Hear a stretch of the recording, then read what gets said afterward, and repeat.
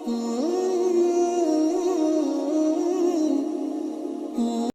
بالله من الشيطان الرجيم بسم الله الرحمن الرحيم مستكبرين به سامرا تهجرون.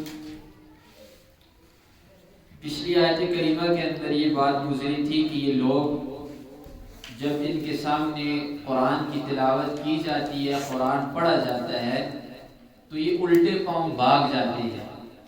یہ لوگ قرآن کو نہیں سن سکتے، اس بات کا بیان تھا. اب اگر آگے اللہ فرماتے ہیں مستکبرین بہ، یہ قرآن سے تکبر کرتے ہیں، یعنی قرآن کو سنتے نہیں، قرآن سے منہ موڑتے ہیں، تکبر کرتے ہیں. تو قرآن کو چھوڑ کر یہ لوگ کیا کرتے ہیں؟ سامرن، یہ رات کو گپ شپ لگاتے ہیں. تہجرون، بکواس کرتے ہیں، بیہودہ باتیں کرتے ہیں. یہ آیت مشکلات قرآن میں سے ہے، یعنی اس کے کئی معنی مفسرین نے بیان کیے ہیں. ایک معنی جو ترجمے کے ساتھ آپ کے سامنے ابھی بیان ہوا، دوسرا معنی مستکبرین بہ، یہ لوگ تکبر کرتے ہیں محمد الرسول اللہ صلی اللہ علیہ وسلم. محمد الرسول اللہ کو کوئی سمجھتے نہیں، ان کی بات نہیں سنتے. سامرن، محمد الرسول اللہ کو چھوڑ کر راتوں کے اندر تہجرون، بکواس کرتے ہیں، گپ شپ لگاتے ہیں. اور ان کی بکواس قرآن میں کیا دوسری جگہ بیان ہوئی ہے کہ یہ کیا کرتے ہیں؟ اپنے باپ دادا کی قصے کہانیاں کرتے ہیں. باپ دادا نے کوئی اچھا دینی کام کیا ہے تو اس باپ دادا کے دینی کام کو آپ یاد کریں، آپ کو بھی ثواب، آپ کے باپ دادا کو بھی ثواب. میرے باپ دادا نے اتنے قتل کیے، میرے باپ دادا نے اتنی زمینیں اور جائیدادیں اکٹھی کی، میرے باپ دادا کی لوگ چپل سیدھا کیا کرتے تھے، میرا باپ دادا جو تھا وہ جیلوں کے اندر بیٹھا کرتا تھا، میرے باپ دادا کا روب داب تھا. یہ کیا ہے؟ قرآن نے اس کو بکواس کہا ہے. ہجر کہا ہی جاتا ہے بکواس کو، لیانی بات کو، بیہودہ بات کو. اللہ فرماتے ہیں یہ لوگ ادھر بیٹھ کر یہ کچھ کرتے ہیں. تیسرا ترجمہ مستکبرین بہ، یہ لوگ تکبر کرتے ہیں قرآن سے، قرآن کو چھوڑتے ہیں. بہ، مسجد حرام کے اندر بیٹھ کر. سامرن، رات کو گپ شپ لگاتے ہیں. تہجرون، بکواس قسم کی. یہ سارے معنی مفسرین نے بیان کیے ہیں. غرض سارے کی ساری خلاصہ یہی نکلتا ہے کہ یہ لوگ قرآن کو چھوڑ کر دوسری باتوں کے اندر جب انسان لگ جاتا ہے، قرآن سے اعراض کرتا ہے تو اللہ کیا کرتے ہیں؟ عذاب بھیج دیتے ہیں. افلم یدبروا القول اتجہلون فلم یدبروا القول، کیا یہ لوگ جہالت کرتے ہیں؟ جاہل ہیں یہ لوگ. فلم یدبروا القول، قرآن کے اندر تدبر نہیں کرتے، قرآن کے اندر غور و فکر نہیں کرتے.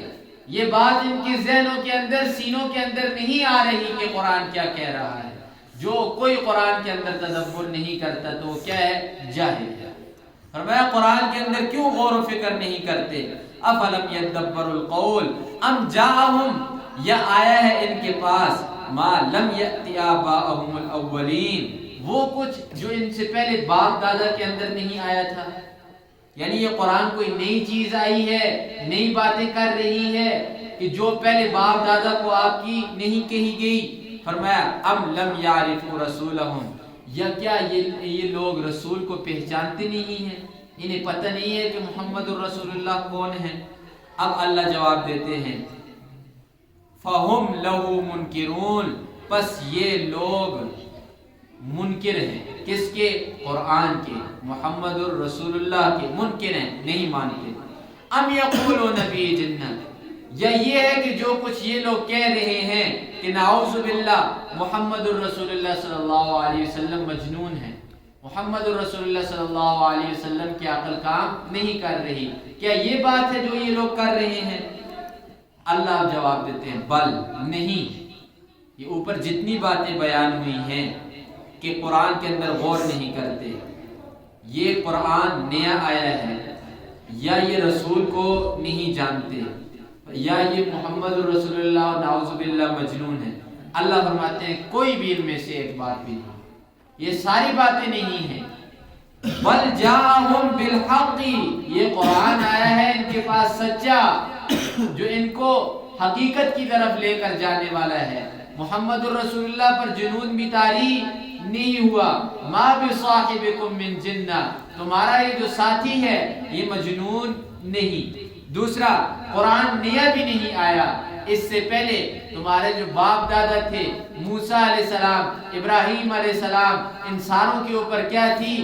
وحی آتی تھی، وہ بھی انہی چیزوں کی تلقین کرتے تھے۔ قرآن بھی کوئی نئی باتیں لے کر نہیں آیا۔ دوسرا، ام لم یعرفوا رسولہم، یہ رسول کو نہیں جانتے؟ نہیں، یہ رسول کو ایسے جانتے ہیں کہ جیسے انسان اپنے بیٹے کو جانتا ہے۔ الذین آتیناہم الکتاب یعرفونہ کما یعرفون ابناءہم، یہ محمد الرسول اللہ کو ایسی نگاہ سے دیکھتے ہیں، یعنی محمد الرسول اللہ صلی اللہ علیہ وسلم کو ایسے پہچانتے ہیں جیسے انسان اپنے بیٹے کو پہچانتے ہیں۔ بیٹا کہیں دور سے جا رہا ہو، بیٹے کے چال چلن سے، بیٹے کی تصویر سے انسان دور سے پہچان لیتا ہے کہ یہ میرا بیٹا ہے۔ فرمایا جیسے بیٹے کو پہچانتے ہیں ایسے ہی محمد رسول اللہ کو بھی پہچانتے ہیں۔ وجہ کیا ہے؟ چھوٹے سے بڑے ان کے سامنے ہیں، اور خاندان کو بھی جانتے ہیں کہ بہترین خاندان کے اندر ہم نے محمد رسول اللہ کو پیدا کیا۔ کون سی چیز ان سے چھپی ہوئی ہے؟ کوئی چیز نہیں چھپی ہوئی۔ نہیں مانتے، وجہ کیا ہے؟ اللہ فرماتے ہیں وَأَكْثَرُهُمْ لِلْحَقِّ كَارِهُونَ، اکثر جو لوگ ہیں وہ حق سے کیا ہے؟ بے پرواہ ہیں، حق کے منکر ہیں۔ اکثر لوگ وہ حق کو پسند نہیں کرتے۔ کوئی حق کی بات کرے گا، حق کی بات کو لوگ پسند نہیں کرتے۔ کوئی حق کے اوپر چلنے والا ہوگا، وہ شخص بذات خود لوگوں کو ناپسند ہوگا۔ لوگ کبھی بھی حق کو پسند نہیں کرتے۔ ایک مراسی یا کوئی بھی کسی قسم کا آدمی وہ لوگوں کے سامنے آئے گا، جو بات کرے گا لوگ اس کی بات کو قبول کریں گے، کیوں؟ حق سے ادھر ادھر ہے۔ یا کوئی گمراہ آدمی اٹھے گا، کھڑا ہوگا، کوئی بات کرے گا، لوگ اس کے ساتھ زیادہ جڑیں گے۔ یہ بات ذہن میں رکھیں، یہ دنیا کا دستور ہے، آج کی بات نہیں کر رہا۔ یہ وہ محمد الرسول اللہ صلی اللہ علیہ وسلم، بلکہ اس سے بھی پہلے آدم علیہ السلام کے زمانے کو اٹھا کر دیکھیں، ادھر سے یہ روش اور یہ طریقہ چلا آ رہا ہے کہ حق کی بات کے اوپر لوگ جمع نہیں ہوتے۔ حق والوں کی ہمیشہ جب سے دنیا قائم ہوئی ہے، حق والوں کی تعداد کیا رہی ہے؟ تھوڑی رہی ہے، اور باطل کی جو تعداد تھی وہ زیادہ ہے۔ اور یہاں پر ایک اور اشارہ دے دیا وَأَكْثَرُهُمْ لِلْحَقِّ كَارِهُونَ، اکثر جو لوگ ہیں وہ منکر ہیں حق کے، سارے نہیں ہیں۔ حق کے ساتھ بھی لوگ کھڑے ہوتے ہیں، کم تعداد میں ہی ہوتے ہیں لیکن کھڑے ہوتے ہیں۔ کیسے؟ وَأَكْثَرُهُمْ لِلْحَقِّ كَارِهُونَ، رسول اللہ صلی اللہ علیہ وسلم نے فرمایا کہ میری اس امت کے اندر ایک جماعت ایسی ہوگی جو ہمیشہ حق کے اوپر رہے گی، وہ چاہے چند لوگ ہوں یا چند جماعتیں ہوں، وہ کسی صورت کے اندر بھی ہو سکتی ہیں، لیکن ہوگی ضرور جو اللہ کے دین کی طرف بلائے گی اور وہ صحیح راستے کے اوپر ہوں گے، وہ الحق۔ اب اللہ جواب دیتے ہیں اکثر جو لوگ ہیں، زیادہ جو لوگ ہیں وہ باطل کی طرف ہیں، تھوڑے لوگ ہیں وہ حق کی طرف ہیں۔ تو پھر جب زیادہ اکثریت ہوتی ہے تو ہمیشہ اکثریت کی رائے کا اعتبار کیا جاتا ہے، دنیا کا دستور ہے، جتنے زیادہ لوگ ہیں ہوں گے ان کی بات کو مانا جائے گا۔ اب اللہ اس کا جواب دیتے ہیں وَلَوِ اتَّبَعَ الْحَقُّ، اگر اللہ مان لیتا ان کی بات کو، اللہ پیروی کر لیتا اہواءہم، ان کی خواہشات کی، اللہ ان کی خواہشات کو مان لیتا، ان کی مرضی کے مطابق اللہ فیصلہ کرتا، اللہ فرماتے ہیں لَفَسَدَتِ السَّمَاوَاتُ وَالْأَرْضُ، زمین اور آسمان کیا ہو جاتے؟ تباہ ہو جاتے، نظام درم برم ہو جاتا، فساد ہی فساد زمین کے اندر مچ جاتا، وَمَنْ فِيهِنْ، اور جو کوئی اس زمین و آسمان کے اندر رہنے والے ہیں یہ سارے ختم ہو جاتے، زمین کا نظام تہس نہس ہو جاتا ہے۔ اب دیکھ لیں کہ اگر ایک گاؤں کے اندر 4 وڈیرے ہیں، وہ ہر ایک کی اپنی اپنی خواہش ہے، اگر اللہ ہر ایک کی خواہش کے مطابق فیصلہ کرنے لگ جاتا تو دنیا کا نظام چل سکتا ہے۔ گاؤں کی بات کو بھی چھوڑیں، اگر ایک گھر کے اندر 4 بھائی ہیں، ہر ایک کی اپنی اپنی مرضی چلے، کوئی بھی بڑا گھر کے اندر ایک سرپرست نہ بنے تو ایک گھر کا نظام چل سکتے ہیں؟ نہیں چل سکتا۔ اللہ فرماتے ہیں اسی لیے میں اکیلا ہوں نظام کو چلانے والا، میرے ساتھ اور کوئی نہیں، میرے ساتھ اگر کوئی اور ہوتا تو یہ جو نظام چلتا ہوا تم دیکھ رہے ہو یہ نظام کبھی بھی باقی نہیں رہتا، یہ تہس نہس ہو جاتا۔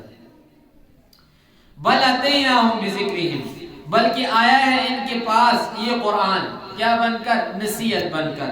فہم عن ذکرہم معرضون، بحال یہ کہ یہ لوگ اس نصیحت سے منہ پھیر رہے ہیں، معرضون اعراض کرتے ہیں، نصیحت کی طرف توجہ نہیں دیتے، قرآن کی طرف فکر نہیں کر رہے۔ یہ ساری کی ساری آیات کریمہ کا بلکہ پوری کی پوری سورت کا خلاصہ یہی نکلتا ہے کہ قرآن کی طرف آئیں گے کامیابی ہو جائے، قرآن کو چھوڑ دیں گے اور دنیا بھی ذلیل ضلالت کی حالت میں گزاریں گے اور آخرت کے اندر بھی رسوائی ہی رسوائی ہوگی۔ خود رسول اکرم صلی اللہ علیہ وسلم کا ارشاد مبارک ہے، ان اللہ یرفع بہذا الکتاب اقواما، بے شک اللہ رب العزت عزت دیتا ہے، بلندیاں دیتا ہے اس قوم کو جس نے اس قرآن کو تھام لیا، قرآن کو لے لیا، قرآن کی باتوں کو لے لیا، زندگی کے اندر قرآن کو لے آئے، پڑھا بھی، سنا بھی، عمل بھی کیا قرآن کے اوپر۔ فرمایا ان لوگوں کو اللہ عزت دے دیتا ہے، وَيَضَعُ بِهَا آخَرِينَ، اور یہی قرآن ہے، اس قرآن کی وجہ سے اللہ ذلیل کر دیتا ہے۔ اور یہ قرآن کی وجہ سے ذلیل انسان کیسے ہوتا ہے کہ مسلمان بھی ہے، کلمہ بھی پڑھ رہا ہے، لیکن زندگی کے اندر قرآن نہیں، معاملات کے اندر قرآن نہیں، قرآن کی کسی حکم کی کوئی اہمیت نہیں۔ اگر کہو کہ سود کی آیت ہے قرآن کے اندر، سود مت کھاؤ، وہ کہتے ہیں جی اپنے فتوے کو اپنے جیب کے اندر رکھو، ہمیں نہ تمہاری ضرورت ہے نہ تمہارے قرآن کی ضرورت ہے۔ پھر ایسے لوگوں کو اللہ کیا کرتا ہے؟ ذلیل کرتا ہے۔ جب رسول اللہ صلی اللہ علیہ وسلم نے فرما دیا تو اس سے آگے تو کسی کی بات نہیں، دو جہانوں کے سردار ہیں، جب انہوں نے ایک بات کر دی تو یہ سمجھنے کی یہ اٹل فیصلہ ہے۔ اور دیکھتے ہیں آپ دنیا کے اندر کتنے ہی لوگ ہیں کہ وہ ذلیل ہو رہے ہیں کہ نہیں ہو رہے، اور سب سے بڑی مار ان کے اوپر جو ہے وہ کیا ہے؟ قرآن کی مار ہے۔ تو قرآن کی مار جس کے اوپر پڑ گئی، سمجھے اس کی دنیا بھی تباہ، آخرت بھی تباہ۔ لفظ ترجمہ